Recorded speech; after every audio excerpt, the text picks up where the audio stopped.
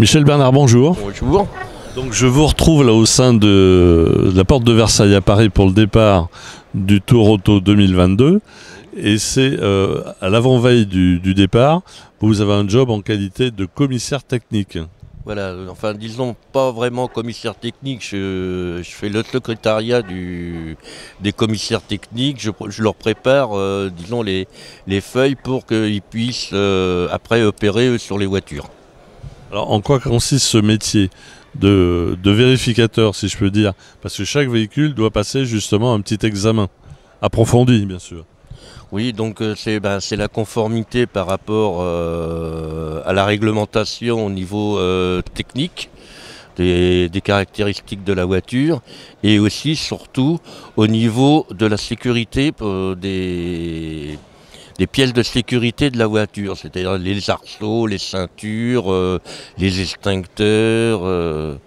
Et au niveau mécanique, il y a aussi un contrôle des pneumatiques qui doivent être homologués dans la période de course de cette voiture. Ils étaient homologués avec un certain type de pneus et ils doivent avoir des pneus identiques. Les pneus un petit peu d'origine, voilà, entre guillemets. Ils permettent des pneumatiques trop modernes. Voilà.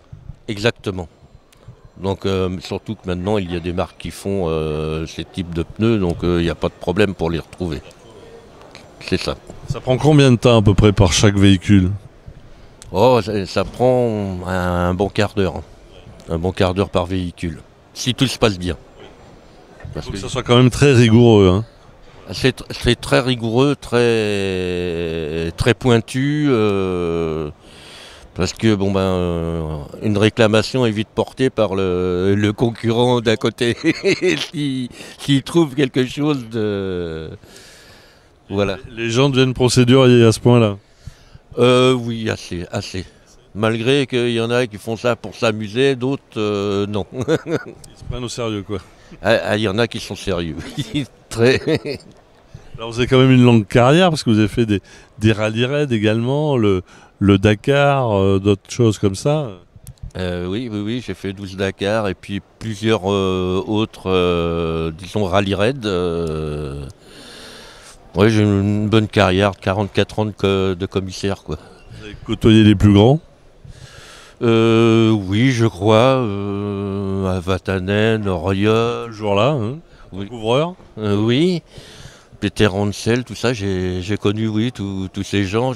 Il y en a même que j'ai connu en moto encore. Donc, vous avez la nostalgie de ce passé de rallye-raid comme il a tellement évolué maintenant? Ah oui, ça me manque parce que c'était des aventures, mais c'était en même temps une aventure humaine. Que ce soit les concurrents, les sportifs, les organisateurs, c'était une grosse famille. Et même, je vois, il y a des fois, je rencontre d'anciens pilotes, ça fait 3-4 ans qu'on ne s'est pas vu, c'est comme si on s'était quitté la veille. Il y a une grande fraternité.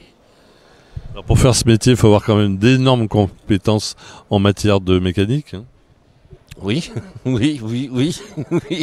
C'est pas la portée de tout le monde, hein, on est d'accord? Non, et puis il faut avoir technique et beaucoup de passion. Et de temps libre. Il y a des véhicules qui vous ont le plus marqué pendant toutes ces années? Ah, il y en a beaucoup. J'aimais bien, moi j'ai bien aimé à l'époque en France quand on avait le super tourisme, des courses magnifiques, des courses d'endurance dans les années 70 avec les Matra, les Porsche 917, puis la Formule 1 bien sûr, pas la Formule 1 moderne parce que ce qui manque c'est un peu le bruit des moteurs. On n'a pas le bruit des moteurs d'avant. On dit toujours ce fameux bruit et puis surtout les odeurs d'essence, d'huile. Exact, oui, c'était magnifique. Et alors Michel, pendant le Tour Auto, chaque jour, il y a quand même aussi d'autres vérifications à faire, la régularité. Oui, alors après, sur le Tour Auto, là, ce que je vais faire des contrôles horaires, c'est-à-dire contrôle de sortie d'assistance. Parce que les concurrents ont un temps délimité entre ils ont 15 minutes, je crois que c'est une quinzaine de minutes d'assistance avant la grille de départ en circuit. Et donc je vais faire ça et comment faire les pointages de manière à ce que vérifier si les concurrents sont en avance ou en retard, quoi. Bon, l'avance n'est pas pénalisée, mais le retard, lui, est pénalisé. Et tout ça, c'est par télémétrie, hein? Non, ça, c'est pas par télémétrie, c'est par... comment c'est manuel un peu. Ouais, on a une pendule, disons, qui est sur les fuseaux horaires, mais c'est manuel. On marque ça sur le carnet. Seule la télémétrie, c'est simplement pour les temps de spécial et sur circuit. Tout ça, c'est fait par informatique via un satellite. Justement, hier, on a eu un cours bien pointu pour ça. Ils ont des distances bien précises pour comment repérer le temps. Là aussi, ça devient très technique, hein? Ah, c'est très technique, c'est moderne, c'est plus comme avant le chrono manuel ou même... oui, maintenant c'est devenu... Ouais, c'est une autre époque. Alors Michel, pour cette compétition, chaque concurrent, chaque véhicule a sa petite fiche. La fiche rose, c'est pour la régularité. C'est cela. Et pour la compétition, c'est des fiches vertes. Voilà, avec des points de contrôle plus importants. Des points de contrôle plus importants au niveau sécurité. Voilà. Il leur faut beaucoup plus d'équipements en sécurité et ils ont des homologations qui sont différentes. Normal de tout vérifier ça, c'est important. Exactement. Est-ce que vous avez eu des fois des concurrents qui trichent un petit peu avec certains éléments? Ou ça se passe bon enfant? J'en ai vu.